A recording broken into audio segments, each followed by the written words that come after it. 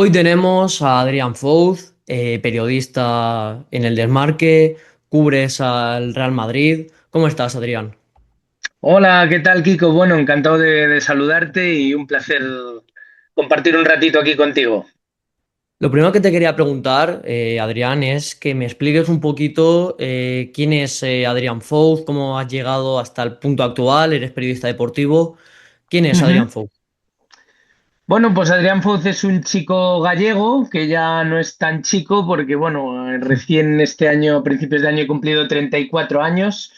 Llevo ya 11 viviendo en Madrid, trabajando como Hmm. periodista deportivo, que básicamente es un poco el sueño, podemos decir que empecé a construir una vez que vi que mi carrera deportiva como tal no podía llegar a ningún lado, pues dije, tengo que dedicarme a algo relacionado con el deporte. Yo he Hmm. practicado deporte toda mi vida, desde pequeño, principalmente el fútbol en Galicia, jugaba en un equipo de fútbol federado a nivel gallego, o sea, un nivel bastante apañado y bueno, una vez llegué a tomar la decisión de qué hacer, si seguir en Galicia o arrancarme con una carrera universitaria, pues ahí empecé con periodismo. Desde el Hmm. inicio tuve muy claro que quería ser periodista deportivo, no había otra opción para mí, por lo que te digo de mi vinculación Hmm. al deporte desde muy niño. Siempre me ha gustado no solo practicarlo, sino también verlo, disfrutarlo. Y yo creo que esa ha sido una de las principales claves por las que siempre he tenido las ideas muy claras, y que creo que es una de las cosas que siempre recomiendo a la gente cuando empieza, que es clave tener Hmm. ganas y que te apasione lo que tú quieres y tener una meta clara y fijada.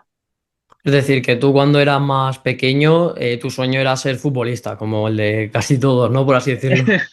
Bueno, futbolista no sé, pero desde, o sea, futbolista profesional, digamos, de élite, pues, Claro. hombre, sabes desde muy pequeño lo complicado que es, ¿no? Lo que tenía claro es que quería, sí, dedicarme a algo relacionado con el deporte, Hmm. no necesariamente tenía que ser con el deporte de élite. Y desde muy pequeño ya también es verdad que me vino, gracias a mi padre, una vinculación muy fuerte con la radio, especialmente la radio deportiva, que yo soy un fiel oyente de radio, especialmente en los programas nocturnos y Hmm. demás. Y bueno, yo creo que se fue haciendo ahí sin yo darme plenamente cuenta se fue haciendo una mezcla, una simbiosis entre ambos, entre el deporte y la comunicación, y digamos que ahí se ha ido forjando un poco todo. Pero sí que reconozco que no he sido de estos de que te cuentan de, no, con 4 años ya narraba y contaba y demás, Ya. no. Ya, soy honesto y yo consumía mucho deporte y demás, tele, radio, y Hmm. bueno, hoy en día ya con los medios digitales, claro. ¿Con cuántos años empezaste más o menos? ¿Ya decidiste que tu camino era ese, el de ser periodista? Bueno, periodista como tal, yo decido el año de bachillerato, antes de Hmm. finalizar y hacer selectividad, yo ya, digamos, tengo que empezar a perfilarme hacia dónde quiero ir. Tengo claro que quiero hacer una carrera, que es la de periodismo, y concretamente Hmm. especializarme en periodismo deportivo. Sí. Entonces, bueno, hago la selectividad, la nota no me permite quedarme en Galicia, en Santiago, que era la única ciudad donde lo había. Y Ostras. mis padres hacen el esfuerzo y me pagan la carrera en la Universidad Privada de Salamanca. Allí tenía varios amigos que estaban estudiando, que son más mayores que yo, y desde luego que eso también era un aliciente, el poder compartir con ellos una etapa tan importante como la Hmm. de periodista, la de la universidad. Y bueno, ellos hacían comunicación audiovisual, es decir, estaban en la misma facultad. Y todas estas cosas, digamos que empezaron a tejer un poco la idea de tirar y ser periodista deportivo. Siempre agradecido a mis padres por haberme dado esa oportunidad, porque sé que hicieron un esfuerzo por pagarme la universidad privada de Salamanca, pero bueno, he de Hmm. reconocer que es una de las razones seguras por las que hoy también estoy aquí, porque creo que siendo un fiel defensor yo de la enseñanza pública, la universidad privada me abrió muchos caminos, como por ejemplo hacer ya mis primeras prácticas en mi Hmm. primer año de carrera, empezar desde muy prontito ya a vincularme, y creo que eso fue un poco el valor diferencial que sí tuve con respecto a otros compañeros, ¿no? ¿Cómo fueron esas prácticas y dónde fueron también? Bueno, pues las primeras prácticas las consigo a través de la bolsa que oferta la universidad.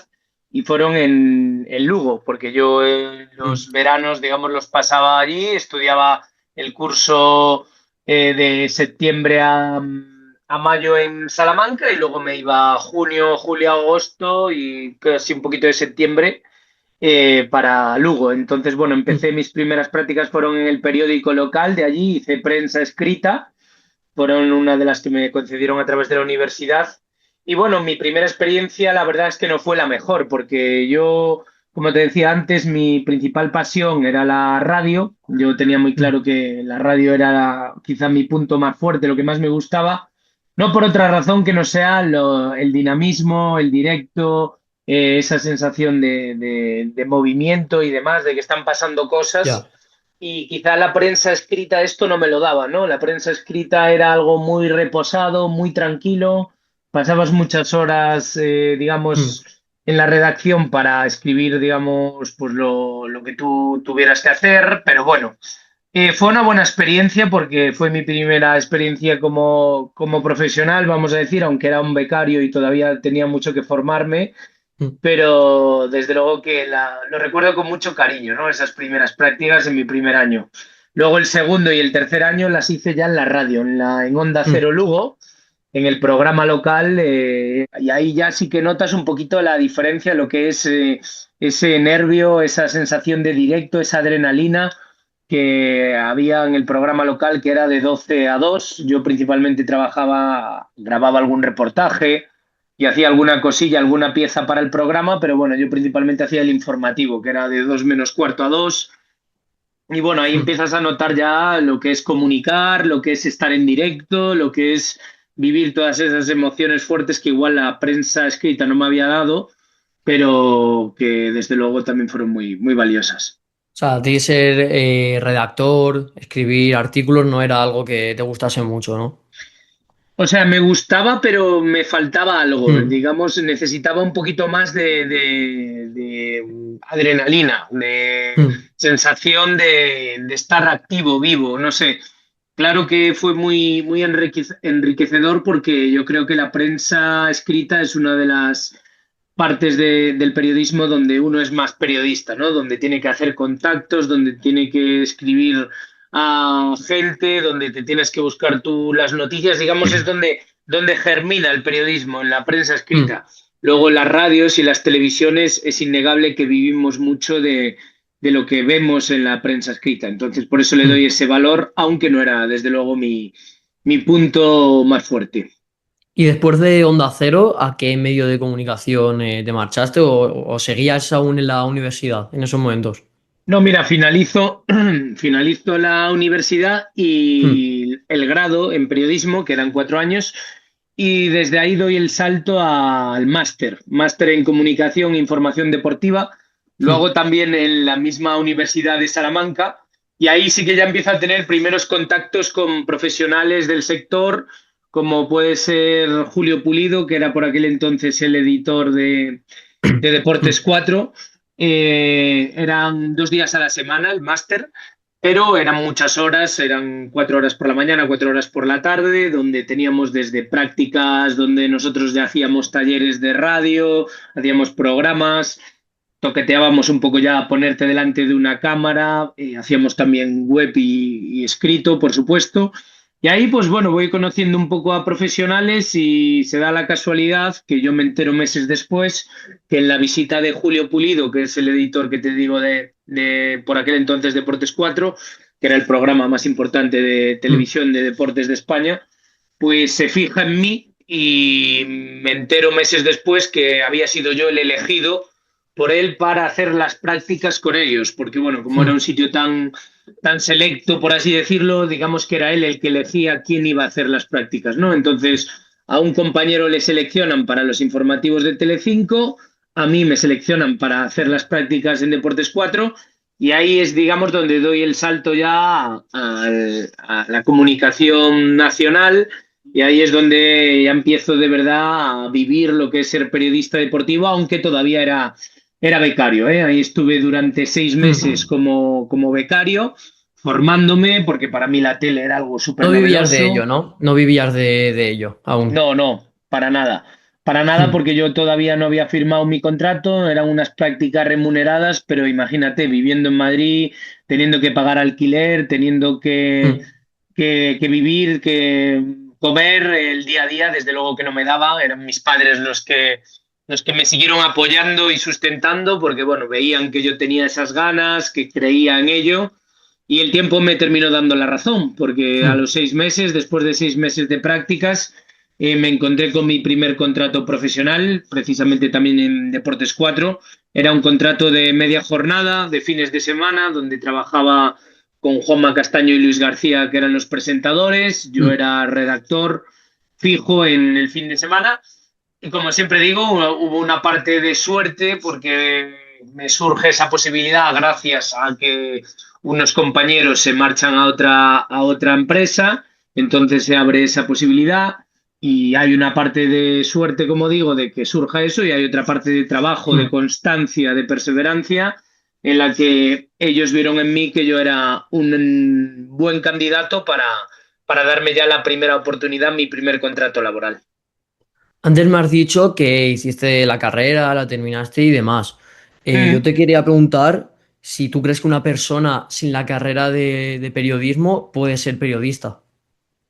Bueno, hoy en día la realidad dice que cada vez más hay más gente que sin la carrera de periodismo llega a ser periodista, ¿no? Se Mm. están haciendo másters, se están haciendo cursos muy especializados y bueno, honestamente yo creo que es necesario tener una formación y forjarte como las bases que rigen el periodismo Mm. y que históricamente han servido de formación para los más grandes e históricos periodistas que tenemos en este país, ¿no?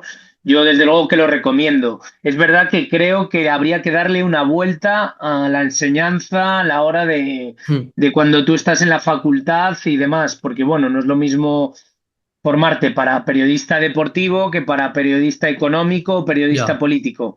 Sí que creo que hay unas bases que todo el mundo debemos tocar, como es, por ejemplo, el derecho en periodismo, como pueden ser asignaturas que yo recuerde que eran buenas y positivas como sociología, talleres de radio, de prensa escrita, web, digital. Bueno, es verdad que yo hice la carrera ya hace 15 años. Creo que la profesión está en constante evolución y que cada vez hay más másters, más talleres y demás que creo que están dando una formación más específica, pero que igual no está tocando Mm. otros temas donde sí que considero que son importantes. Yo te diría que sí, que para mí es importante seguir formándose, lo Mm. cual no niego que habría que darle una vuelta a la forma de enfocar esa carrera en periodismo. Te lo decía porque yo he oído en muchos sitios, muchas personas que dicen que en la carrera para ser periodista se dan asignaturas que luego cuando llega el momento de la verdad no te sirven mucho. Hmm. Bueno, yo creo que esto es algo que pasa de manera generalizada. Y tú ahora que estás estudiando, ¿qué es? ¿Bachillerato, la ESO? No, ¿En no. qué cursos estás? Tercero de la ESO. Tercero de la ESO. Bueno, eres muy joven todavía.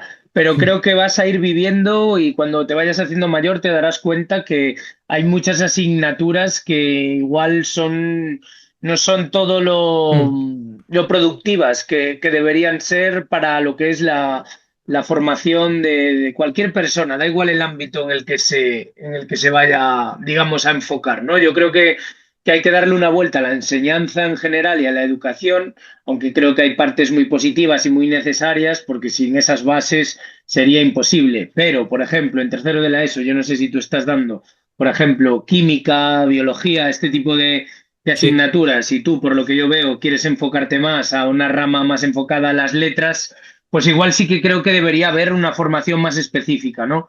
Y lo mismo sucede con la carrera de periodismo, o sea, es un poco la misma situación. Creo que hay asignaturas, como te decía antes, que son básicas, que creo que todo el mundo debe tener, porque hay que tener una formación ¿Cuáles en dirías tú, Adrián, que periodismo. son? ¿Cuáles dirías tú que son esas asignaturas que son necesarias para ser periodista?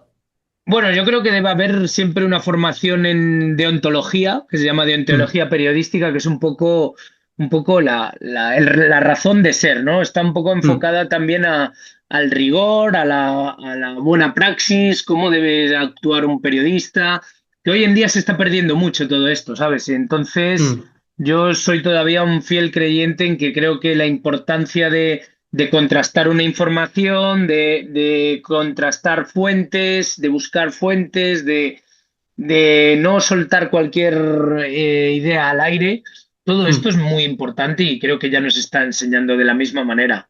Así como creo que el derecho, en nuestro caso, que yo trabajo en televisión, es importante, mm, ¿no? Porque no cualquiera, digamos, no todo vale en tele, no puedes grabar en cualquier lugar, no puedes grabar a cualquier persona, tienes que tener cuidado con los menores de edad. Nosotros que todo esto lo vivimos mucho de cerca. Bueno, yo creo que todas esas bases creo que son súper necesarias dentro de la profesión, ¿no? Recuerdo también otra que se llamaba sociología, que creo que te la he comentado antes, que era un profesor muy bueno, Jorge Santiago se llamaba, que estaba muy enfocado más a, pues, mm, a lo social, a temas y cosas históricas que han... creo que la historia también es importante para entender por qué hoy mm, estamos así, por qué las cosas funcionan así. Y sociología, que también hacíamos unos test de actualidad, donde creo que la cultura general es también súper importante para un periodista. sí.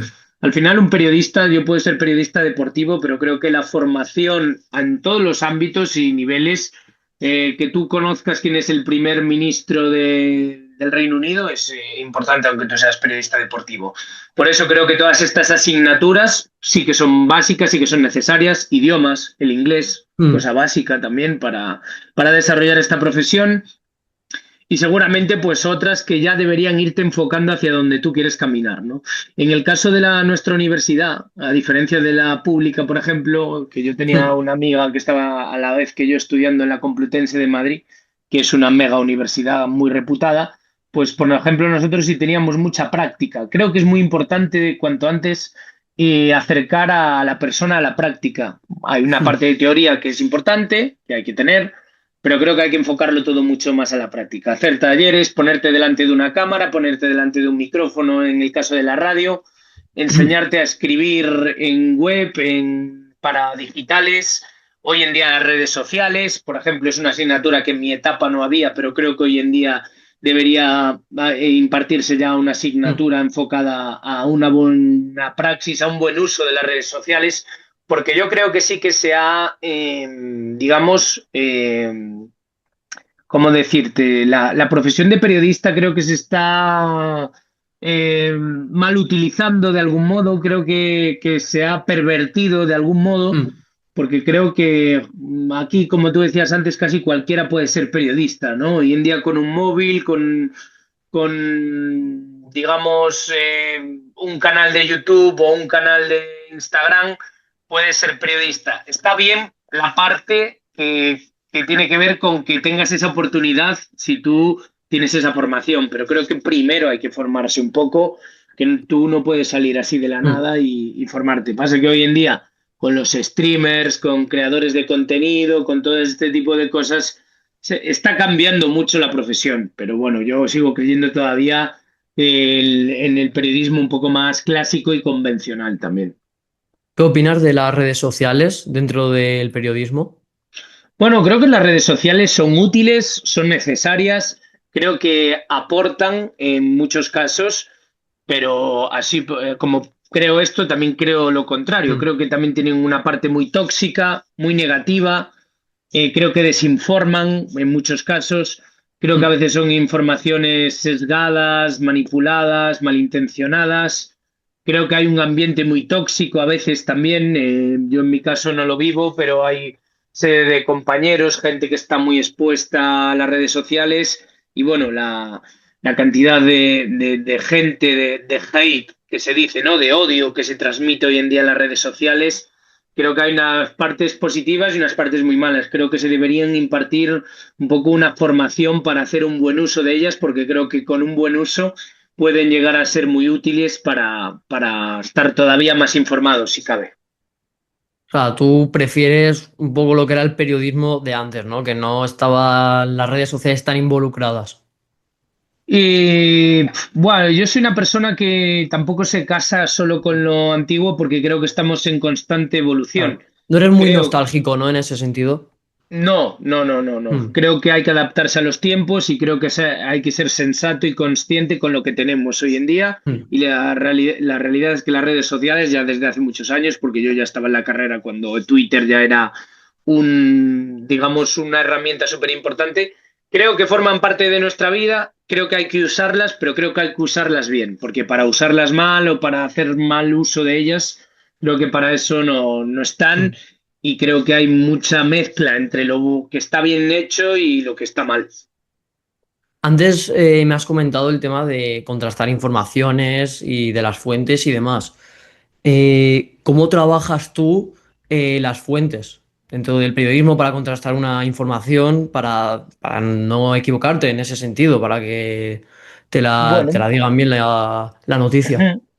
Bueno, las fuentes es algo que se trabaja con tiempo, con paciencia, con experiencia, con años en la profesión. Yo que ahora estoy cubriendo al Real Madrid, que llevo ya 3 años haciendo la información del Real Madrid para el Desmarque, he ido evolucionando como año a año vas conociendo a gente y tienes que abrir mucho el abanico, tienes que estar en los sitios, tienes que presentarte. Es como cuando estás haciendo de algún modo, salvando las distancias, una amistad nueva. Cuando estás conociendo a gente nueva, Mm, tú explicas tu lado de la historia, quién eres, un poco a qué te dedicas y un poco siempre desde la educación, con respeto pues trabajas en ese ámbito. Solo el tiempo, el paso del tiempo y el cuidado de esas fuentes te acabará dando resultados. Hay que tener y diferenciar bien entre fuentes directas o específicas, como puede ser, en mi caso, el club, que es el Real Madrid. El Real Madrid tiene un departamento de comunicación con un jefe de prensa, con un director de comunicación, que esas son mis fuentes, por así decirlo, directas. Con ellas me comunico a mm, diario, con ellas, digamos, tengo una relación directa. Y luego hay otro elenco de fuentes más indirectas, como pueden ser representantes, como pueden ser los propios futbolistas, aunque soy honesto, cada vez hoy en día es más complicado llegar como eso sí eso de eso sí soy nostálgico porque cuando era yo niño el periodismo tenía la capacidad de ser mucho más vinculativo la parte del periodista con el jugador. Hoy en día los clubes te alejan mucho de ellos, entonces no es fácil, pero sí hay contacto con algunos futbolistas, que es otra fuente de información, como te decía, directores deportivos, compañeros de la prensa, gente del cuerpo técnico, fisioterapeutas. Bueno, creo que es importante tener la información sobre una misma noticia, como por ejemplo hoy la lesión de Militao. Pues mm. bueno, imagínate, tengo la fuente del club. El club te da un parte médico. Vale, esto es lo que el club te informa y tal. Pero por otro lado, yo tengo a un doctor especializado en lesiones deportivas que trabaja a menudo con futbolistas, que él también me da a mí esa otra información sobre si cree o no cree que ese parte médico está acorde a lo que parece que es. Si me dicen que Militao va a estar 4 semanas de baja, pues a veces el club, para proteger al futbolista, pues no te dicen del todo la verdad. Entonces mi deber es preguntar en un lado, preguntar en otro, y yo luego ya Claro. sacar mis propias conclusiones porque no siempre te van a... Nadie tiene la verdad absoluta de Mm. nada, ¿no? ¿Y cómo vas generando esa amistad con personas dentro de, en este caso, del Real Madrid, que es el equipo que cubres, o de futbolistas, representantes? Bueno, pues como te decía, es un trabajo de campo, un trabajo de fondo. Pues mira, una forma muy común es, por ejemplo, yendo a los partidos del Real Madrid Castilla, del equipo del Mm, filial. ¿Por qué? Pues porque por allí hay muchos representantes, allí hay mucha gente del mundo del fútbol que creo que es importante que me conozca, quién soy, a qué me dedico y de dónde vengo. Por supuesto, en todos los actos deportivos que hay en Madrid relacionados, como puede ser una marca deportiva, Adidas, imagínate, Puma, que mm. patrocina a Dani Carvajal, hace un acto, nos invitan, hay que estar allí. Una vez más, presentarte, ser educado, mostrar interés, pero sin excederte. Bueno, al final creo que son cosas que te las va dando el paso del tiempo, la experiencia, los años. Yo hasta llegar aquí, antes he estado trabajando en otros ámbitos dentro del periodismo deportivo, como era el día después, por ejemplo, que nada tenía que ver con esto, pero que Hmm. sí también te sirve para conocer a muchos jefes de prensa de diferentes clubes. Bueno, es un trabajo muy largo, muy, a veces muy sacrificado y que no siempre da sus frutos. No es tan Hmm. fácil, A pero hay día que de ser hoy, constante y paciente. a día de hoy, Adrián, ¿cómo es un día a día tuyo?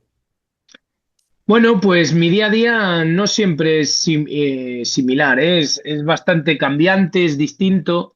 Hmm. Por ejemplo, un día como hoy, pues te levantas por la mañana, te vas a la redacción, allí haces una reunión con los compañeros sobre el programa, cómo va a ser el programa del día.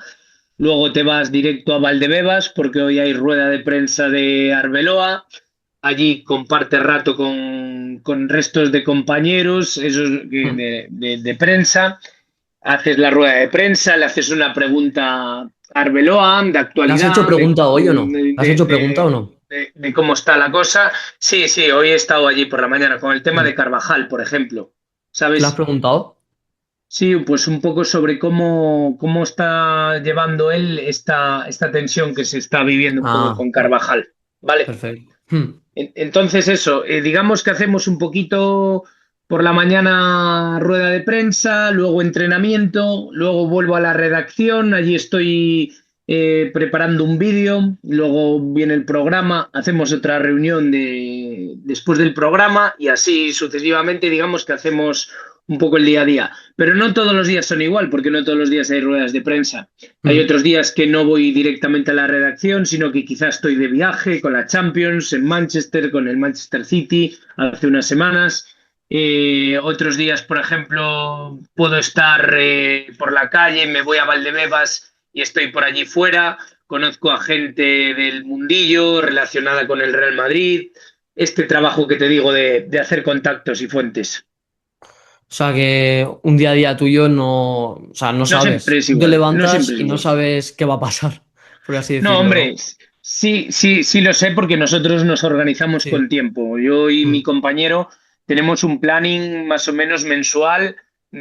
de lo que tenemos, cuándo son las ruedas de prensa, cuándo son los partidos, quién va a cada sitio. Digamos que sí, sí. Lo único que no todos los días es lo mismo, Claro. ¿sabes? Y es lo bonito de Hmm. esta profesión. Para mí una de las cosas más bonitas que tiene el ser periodista deportivo es que dentro de que trabajas en un mismo ámbito, no todos los días es lo mismo. Cada día hay una noticia nueva, hay algo nuevo que contar, hay una nueva idea que surge, un reportaje que quieres hacer. Bueno, Hmm. muchas cosas que te permiten, dentro de estar cubriendo al Real Madrid, estar haciendo muchas cosas. ¿Cómo trabajáis en el desmarque, en un medio de comunicación tan grande como es el desmarque aquí en España? ¿En qué sentido? Pues en general, por ejemplo, ¿cómo preparáis, por ejemplo, me has dicho lo de la reunión, ¿cómo preparáis una reunión para el programa? Bueno, pues mira, una reunión nos juntamos todas las partes que forman parte de la redacción, donde hay un líder, Hmm. un jefe. En este caso, su figura es la del editor del programa, Hmm. que se reúne con el presentador, con este caso con Manu Carreño, y establecemos un poco los temas del día. ¿Qué temas vamos a tratar? ¿Qué temas están de actualidad? No solo en el mundo del fútbol, sino también en el mundo del tenis. Por ejemplo, hoy una de las noticias del día seguramente sea la lesión de Lamine Yamal. Hmm. Entonces hablamos con nuestros compañeros de Barcelona, porque nosotros estamos en Madrid, pero tenemos delegación en Barcelona, y se les encarga un poco, oye, hay que hacer una guardia en la ciudad deportiva, porque Lamine Yamal va a ir a pasar pruebas, porque a lo largo de la mañana va a salir un parte médico, queremos un punto de directo allí, etc, etc. Luego, otra parte sería el Real Madrid, en Valdebebas, rueda de prensa de Arbeloa, entrenamiento, qué pasa con Carvajal, hay algún problema entre ellos. Bueno, estamos todo el rato en constante, digamos, tratando temas de actualidad. El Mutua Madrid Open, por Hmm. salirnos un poco del fútbol. Ayer Jodar gana en un partido donde está Jude Bellingham, se sabe que tienen muy buena relación. tratamos todos los temas de actualidad, los ponemos en conjunto encima de la mesa y luego les vamos dando forma y orden. Qué cosas se van a hacer en un vídeo, una pieza cerrada, qué cosas van a ir solo en colas, en totales, bueno, lenguaje muy televisivo. Y ahí nos reunimos el departamento de redacción, que somos nosotros, con el departamento de producción, que son los encargados de organizar pues al cámara de Barcelona, al Mm. redactor que está en Barcelona, con el departamento de realización, que son los a los que luego les vamos a pasar los vídeos. Ellos tienen que saber cuántos vídeos vamos a hacer hoy. Bueno, son muchísimas cosas, muchísima gente involucrada y desde luego que la organización, la planificación y la comunicación son claves para un buen funcionamiento de todo el engranaje porque somos mucha gente, cada uno aporta desde su punto de Mm. vista. ¿Cuánto dura más o menos el programa? El programa viene durando, dependemos mucho del bloque de publicidad, pero está en torno a los 15, 20 minutos. Mm. En fin de Ah, semana sí que se va algo mm, más, 20, sí, 25, y los fines y entre semana entre 15 y 20 minutos. El tema es mm, que para hacer 15, 20 minutos de televisión, pues quieras que no, claro. se requiere de gente y de tiempo, porque cada cosa está cuidada al detalle, cada cosa requiere un tiempo, un trabajo.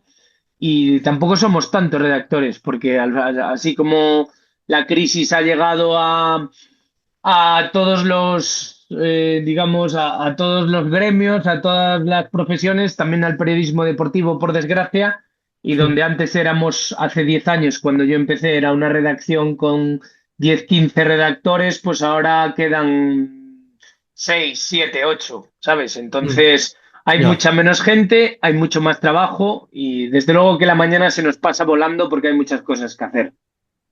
¿Y cuánto tardáis en hacer, en planificar el programa, en esa reunión que me has dicho? La reunión aproximadamente viene durando una media hora. Hacemos Ah, una reunión mm, media hora ok. antes del programa y hacemos una reunión después del programa un poquito más corta, ya para pensar en el programa del día siguiente, para Mm, tratar qué temas hay. Pues, por ejemplo, en el día de ayer jugaba el Barça, pues cobertura en Barcelona, jugaban a Jodar en el Mutua Madrid Open, mm. jugaba el Barça femenino que se jugaba la Liga. Bueno, teníamos muchas cosas, muchos temas que hay que irlos teniendo en previsión. Es clave trabajar con una previsión del tiempo que vamos a necesitar, de la gente, de los medios técnicos disponibles, aunque creo que no hay mejor forma de vivir esto que estando dentro, ¿no? Yo te puedo Mm. contar cosas, pero si tú estás allí de manera presencial, lo verías mucho más claro. ¿Qué cosas, Adrián, lleva a ser periodista del Real Madrid? ¿Y qué cosas te refieres a cómo se llega ¿Cómo o... se lleva el ser periodista del Real Madrid y no de otro club como pues, de menor talla, por así decirlo? Bueno, sí, lo entiendo. Pues se lleva con la responsabilidad que implica el Real Madrid, Mm, seas o no del Madrid, te guste más o te guste menos, el Madrid es el club que más información genera, que más debate genera, que más horas, minutos y segundos de radio, de tele, en el caso de la prensa, de páginas de periódico, genera. mm, Entonces, bueno, hay una responsabilidad enorme. Hay esa responsabilidad está relacionada con la información que tú manejas y que tú vas a mm. dar, la importancia de contrastarla, de no dar una mala información. También, por supuesto, sabes que todo lo que hagas y digas se mira con más lupa, entonces también tienes esa parte de responsabilidad. Y luego, por supuesto, tienes algo que es la dedicación y que es 24 horas, 7 días a la semana, 24/7. Es algo que hoy en día, por la cantidad de medios que hay, es decir, yo estoy aquí ahora contigo, pero Jude Bellingham puede subir una publicación a su Instagram y yo me puedo enterar dónde está, dónde ha ido. Digamos que todo el rato no para de generarse flujo de información. Hoy en día, como los clubes nos dan tan poco, vivimos mucho de las redes sociales, Mm. de las comunicaciones personales de los jugadores, ¿no? Entonces, tenemos que estar muy pendientes. Yo, por ejemplo, sigo a todos los jugadores en sus cuentas de Instagram, de Twitter, sigo a gente de su entorno, familiares, amigos. todo esto me da muchísima información para saber un poco Mm. sobre ellos, ¿no? Entonces, bueno, es una dedicación plena, implica muchas horas, pero es algo divertido y que si te gusta, pues se lleva mucho mejor. ¿Vives el periodismo igual que cuando lo vivías? En plan, ¿sientes el periodismo, lo vives día a día como cuando tenías, no sé, 20 años o por ahí? Es distinto, desde luego que Mm. lo vives como de una manera mucho más profesional, menos desde el lado del aficionado. Ya te desvinculas mucho más, ya los sentimientos, las cosas están mucho más alejadas. Yo creo que el paso de los años trabajando te hace mirar y valorar en mi caso, hay gente que mantiene muchísimo esa pasión por su equipo, por unos colores o tal, que lo Mm. respeto, no tiene nada de malo, siempre que uno sea lo más objetivo posible.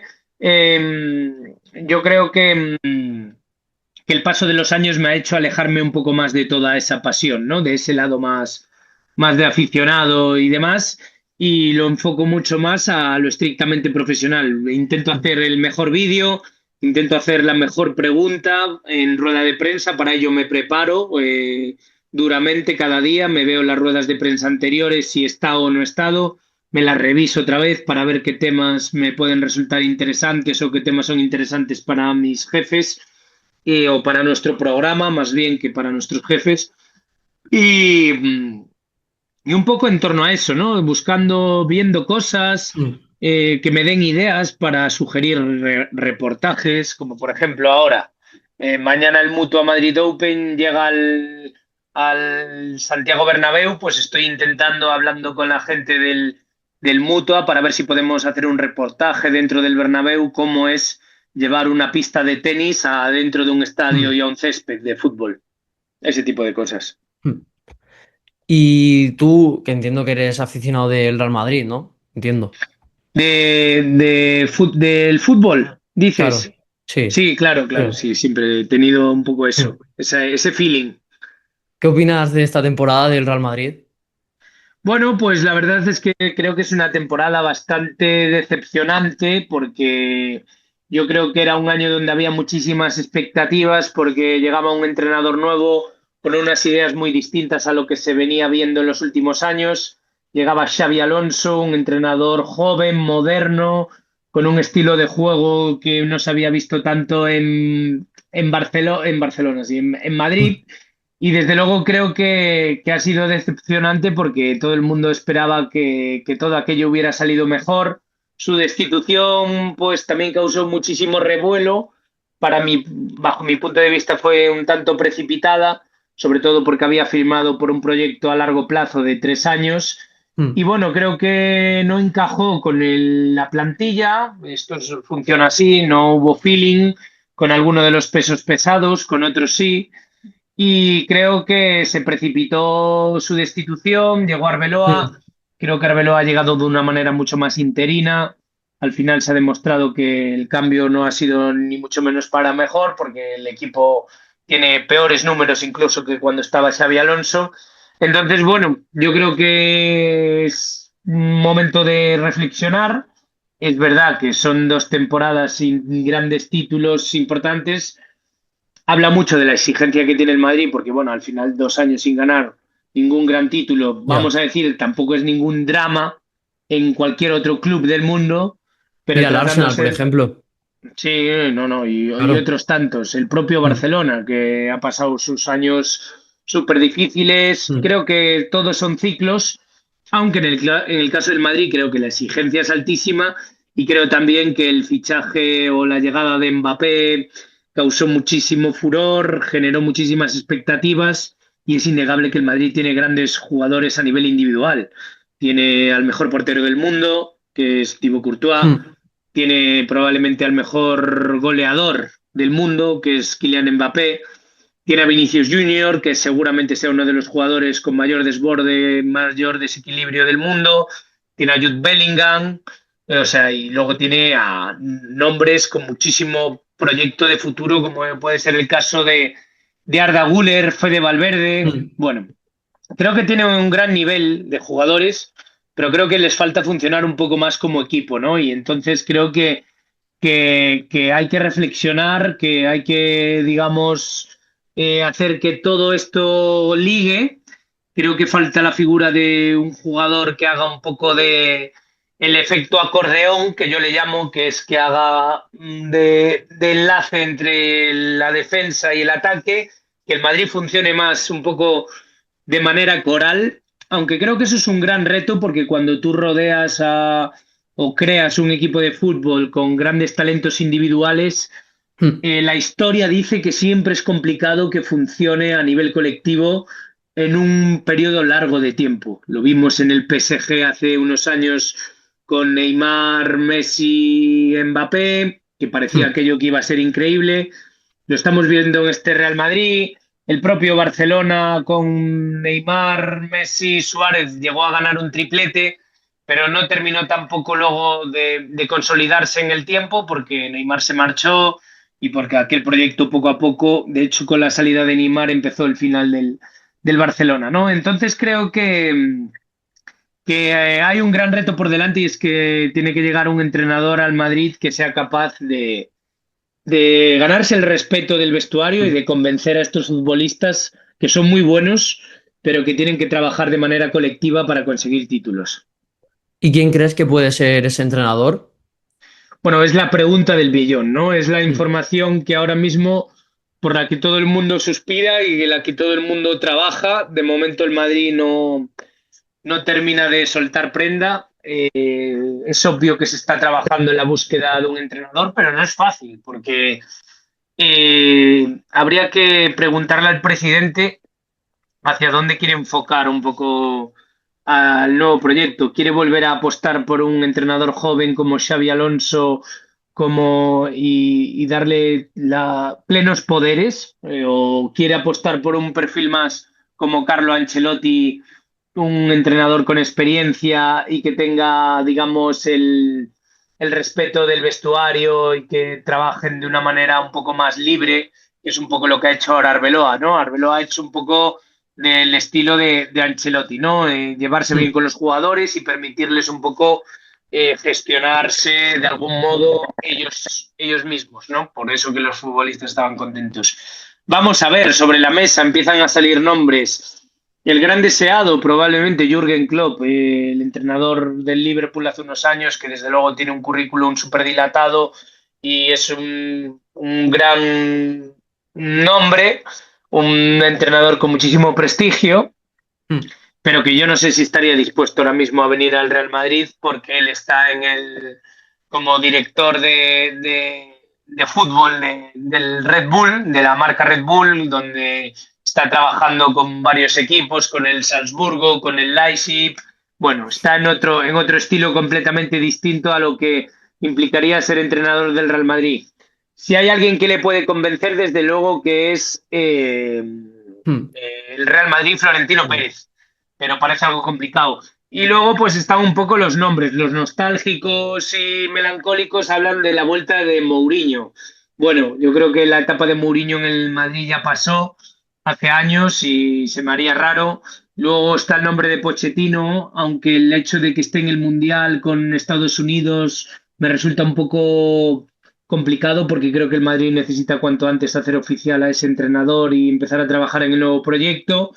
Y luego hay otros nombres como el de Massimiliano Allegri, entrenador Hmm. italiano que ya muchas veces se le ha vinculado y demás, o no sé, un Conte, entrenadores un poco más a la italiana con digamos, mano un poco más dura para convencer a los futbolistas. Como Hmm. ves, yo creo que necesitamos un poco más de tiempo, estamos todavía en abril. Lo que es seguro, y eso lo sabemos, es que el Madrid está trabajando en todo esto, ¿no?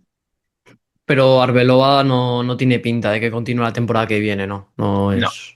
Arbeloa es un gran hombre de club, yo creo que va a seguir vinculado al Real Madrid, no descarto que regrese al Castilla y yo creo que va a estar siempre ahí a disposición del club, Hmm. pero yo creo que no es ahora mismo, no convence ni a Florentino Pérez ni a José Ángel Sánchez como el líder para este proyecto que necesita ahora el Madrid, que es Hmm. volver a enganchar a la afición y volver a ganar títulos y al menos Hmm. a pelearle al Barça, que desde luego en estos años le está comiendo bastante la tostada. ¿Y qué crees que debería de reforzar el Real Madrid para la temporada que viene? Bueno, yo creo que es súper necesario esa figura que se perdió y que cada vez que hablamos de fichajes les nombramos, que es un Toni Kroos, un Luka Modric, un perfil de un centrocampista Hmm, creador, con balón, con criterio, posicional, que dé ese equilibrio entre el juego de ataque y la defensa. Y bueno, se ha hablado mucho de Rodri, el centrocampista del Manchester City, en los últimos tiempos. Podría ser Rodri, es verdad que ya yo creo que es un poco veterano y esa lesión hmm, que tuvo de rodilla tan grave hace ya 2 temporadas, yo creo que le puede perjudicar un poco para ser uno de los candidatos, pero desde luego que creo que se necesita un centrocampista puro, porque al final Tchouaméni es un centrocampista de corte defensivo. Fede hmm. Valverde es más un volante o un, digamos, medio tirado a una banda. Arda Güler es más un media punta. Todos ellos, quizá de todos esos, al que más mediocampista podría haber es Arda Güler, aunque creo que le falta un poco de rigor y disciplina en lo táctico para llegar a ser un centrocampista como sí que era Toni Kroos, ¿no?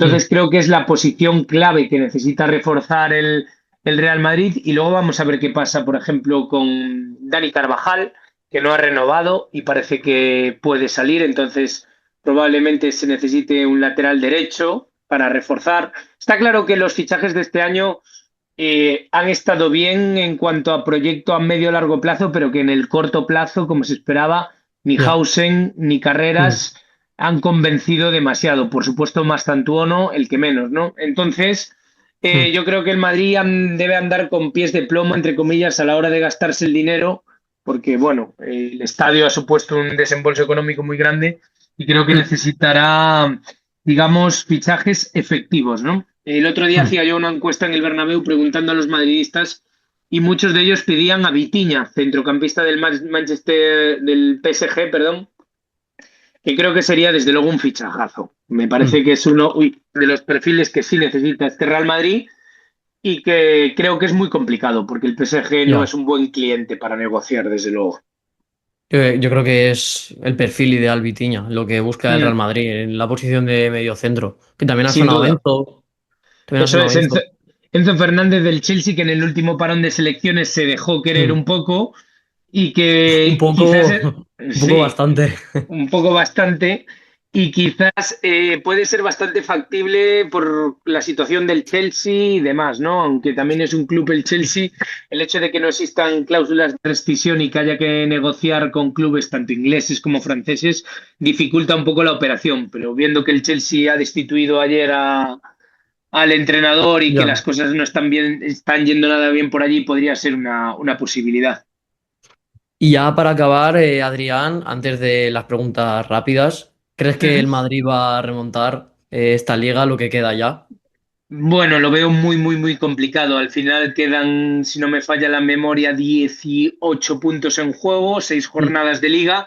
El Barça le saca 9 con un enfrentamiento directo en el Camp Nou, que sí podría servir para recortar distancias, pero bueno, el Madrid tiene muchos partidos fuera de casa. Sin ir más lejos, mañana va a Sevilla contra un Betis que se juega cosas, va al campo del Español, va, como decimos, a Barcelona y tiene otra salida en Sevilla, que también se está jugando el Sevilla al descenso. Lo tiene complicado, yo creo. Es más una cuestión de que el Barça ahora sin la Yamal se complique mucho la vida y empieza a perder muchos puntos, pero Mm, por una cuestión casi de estadística, es casi imposible que el Madrid remonte esta liga.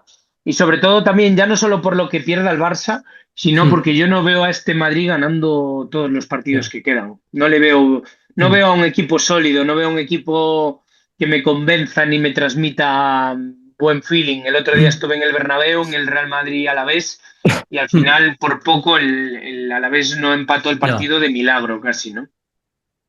Así que ahora ya, Adrián, ya para acabar, sí o sí, me gustaría hacerte unas preguntas rápidas que tengo aquí apuntadas en el móvil, ¿vale? Claro que sí. Son unas preguntas, tú respondes lo primero que se te venga a la cabeza, pero si quieres explicar, quieres explicar más tu respuesta, pues lo haces sin Vale, ningún tipo de problema, ¿vale? muy bien.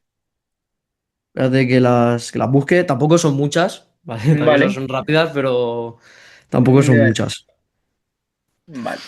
Aquí. Vale, comienzo. Ujú. Medio de comunicación al que admires. La tele. El mejor periodista de España es. Mejor periodista de España. Buah. Me voy a quedar con Anthony Daimiel. Mejor compañero en el desmarque. Mm, Decir solo uno sería feo, pero voy a decir Sergio Horas y Tony Fabra. Vale. Un sueño por cumplir. Un sueño por cumplir, cubrir una final de Champions entre el Madrid y el Barça. Redacción o ser corresponsal. Y... buah, ser corresponsal. Estar en el desmarque es. Pues un privilegio. Una venta para el Real Madrid. Una, Una venta para el Real Madrid. una venta a un futbolista, ¿te refieres? Que haya que vender. Que tú venderías. Que yo vendería.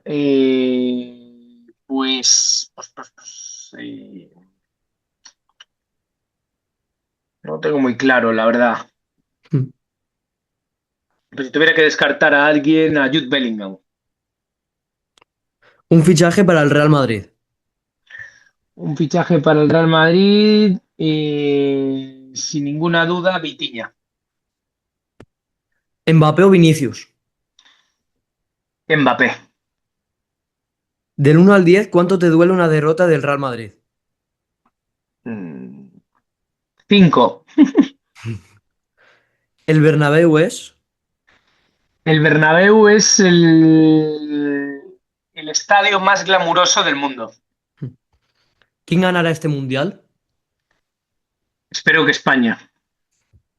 ¿Quién ganará el Balón de Oro? El Balón de Oro yo creo que va a ser muy clave lo que pase en el Mundial ahora en la final de Champions, ¿no? La verdad es que todavía quedan un poquito, creo que van a ser decisivas Mm. estas competiciones, pero podría ser, yo creo,